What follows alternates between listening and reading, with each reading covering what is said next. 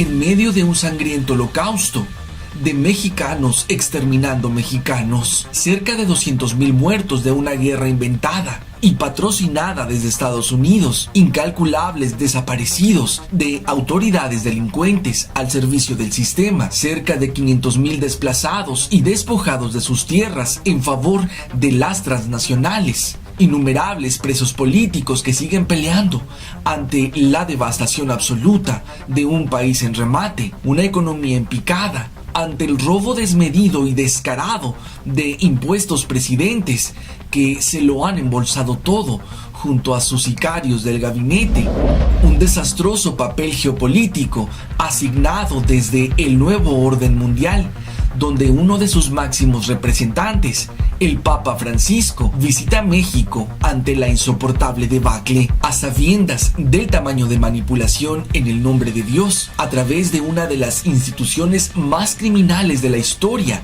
la Iglesia Católica. Peña y sus secuaces apuestan que, trayendo con bombo y platillo al Papa, lograrán que los mexicanos, en su mayoría, ignoren a los verdaderos culpables de su tragedia, que todos queden impunes y que la justicia quede en manos del Señor. Conveniente cortina de humo, mientras nada se resuelve. Al contrario, más muertos, desaparecidos, desplazados y el despilfarro de miles de millones que al pueblo mexicano tanto le cuesta generar, pero que nunca son utilizados para su beneficio, y sí para visitas ociosas, manipuladoras y que enajenan, como la del Santo Padre, que solo viene a decir que con el favor de Dios todo estará bien.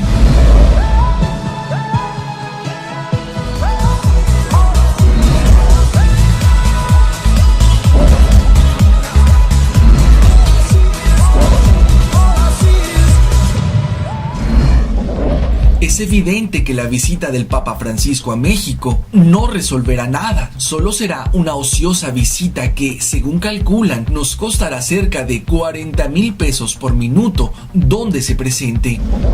Nuestro país es sumamente conveniente para los dueños del mundo, esos que poseen el 1% de la riqueza mundial, mientras saquean, esclavizan y matan a miles de pueblos.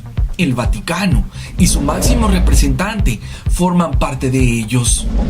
El Banco del Vaticano se encuentra bajo el control absoluto de la familia Rothschild, la más rica y siniestra del mundo. Una fortuna que rebasa los $2,000 millones, según Forbes, que además es propietaria del 90% de los laboratorios farmacéuticos, el 90% de los medios de comunicación mundiales, todas las empresas biotecnológicas como Monsanto, las minas de oro y diamante y las mayores corporaciones de armamento del planeta.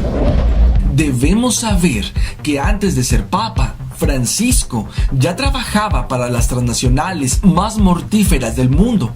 Bergoglio colaboró ampliamente con Monsanto mientras presidió la Iglesia Católica en Argentina, imponiendo los transgénicos como alimentos. Además, estudió su química, conoció de los aspectos científicos sobre la contaminación con pesticidas y, a pesar de su poder, jamás exigió a Monsanto que dejara de violar la ley argentina, ni tampoco pidió a los productores que dejaran de utilizar agrotóxicos, esos que están matando a miles en el planeta. Figuras como Jorge Mario Bergoglio son impuestas en el mundo como promotores de la paz, y con la colusión de los medios masivos de comunicación logran que países como México, en su mayoría, admiren, respeten y crean en la demagogia de sus discursos, a pesar de que en la práctica disten absolutamente de lo que predican: ser buenos hijos de Dios. El Vaticano cuenta en la actualidad con unas 700 propiedades en el mundo, que corresponden al 25% de sus ingresos totales cada año, mientras que, según datos propios, el 50% de los ingresos corresponden a donaciones. No obstante, de todas las posesiones materiales que dispone el centro del poder religioso católico, la más singular y muy cuestionada en el último tiempo es el dinero que se mueve en el Instituto para las Obras Religiosas, que representan el 25% de los ingresos anuales del Vaticano. ¿De dónde proviene el dinero del Vaticano para sus obras? Más allá de la opacidad con que se maneja el dinero en la élite católica, incluyendo sus inversiones, las empresas en las que se invierte como obras religiosas son industrias armamentísticas o editoriales orientadas a publicaciones eróticas, dejando al descubierto la hipocresía y que el dogma teológico no es problema cuando se trata de generar dinero para Dios. La dinámica financiera del Vaticano está marcada por dinero sucio proveniente de políticos, intermediarios, constructores y altos funcionarios de Estado. Pero además de estos, también el jefe de jefes de la mafia italiana tiene su dinero o buen recaudo en las arcas del Instituto de las Obras Religiosas. En muchos países, al igual que México, la impunidad impera ante los escandalosos delitos de los poderosos y alrededor del sumo pontífice, el Vaticano e infinidad de congregaciones, los señalamientos no se han hecho esperar.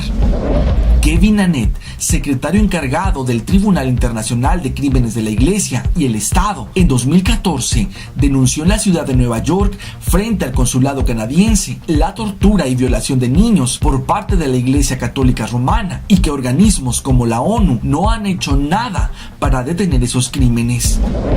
Annett dio cuenta de la conspiración criminal para ayudar a los violadores de niños, ampliada por el Vaticano en 2010, al estrechar lazos con la reina Isabel II y la Iglesia de Inglaterra para los mismos propósitos. Jorge Bergoglio no solo oculta la conspiración de ambas iglesias, también fue denunciado por el tráfico de niños que fueron presos políticos en Argentina durante la dictadura militar de los años 70. En dicha demanda, presentada en Bruselas ante el Tribunal de Derecho Común de Justicia, dos mujeres adolescentes afirmaron que el Papa Francisco abusó de ellas. 8 testigos presenciales confirmaron los alegatos. El Papa Francisco también fue señalado como autor de ritos satánicos y sacrificios de niños mientras era sacerdote. Entonces, no es de sorprender que el Papa Francisco venga a México a encubrir los crímenes de Estado y lesa humanidad que se cometen desde hace décadas en nuestro país.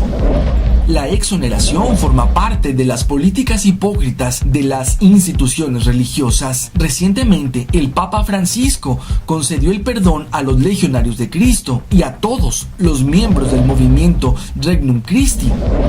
Años atrás, Benedicto XVI condenó a Marcial Maciel, líder de los legionarios, a llevar una vida de retiro y penitencia luego de que se confirmaran plenamente los abusos sexuales de aquel contra menores de edad y el encubrimiento del que gozó por parte de algunos directivos de la propia legión.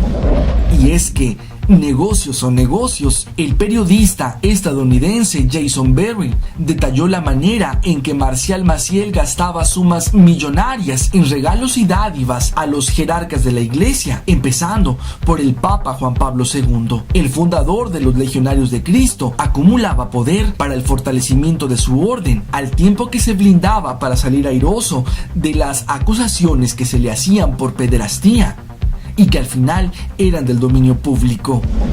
No hay que olvidar que los Legionarios de Cristo han creado un verdadero imperio financiero en México a través de programas fraudulentos como Un Kilo de Ayuda, eventos supuestamente altruistas como el Teletón y bancos para los más pobres como Compartamos, donde año tras año recaudan miles de millones de pesos solo de donativos del erario.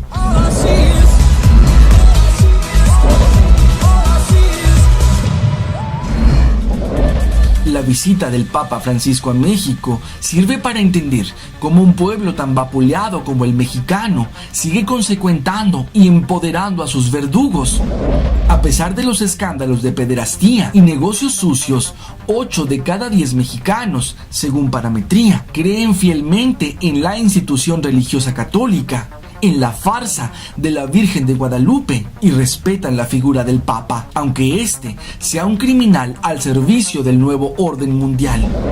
Un delincuentazo de los tamaños de cualquiera del PRI, del PAN o del PRD. Genocidas que se cubren las espaldas entre ellos, engañan, roban y matan.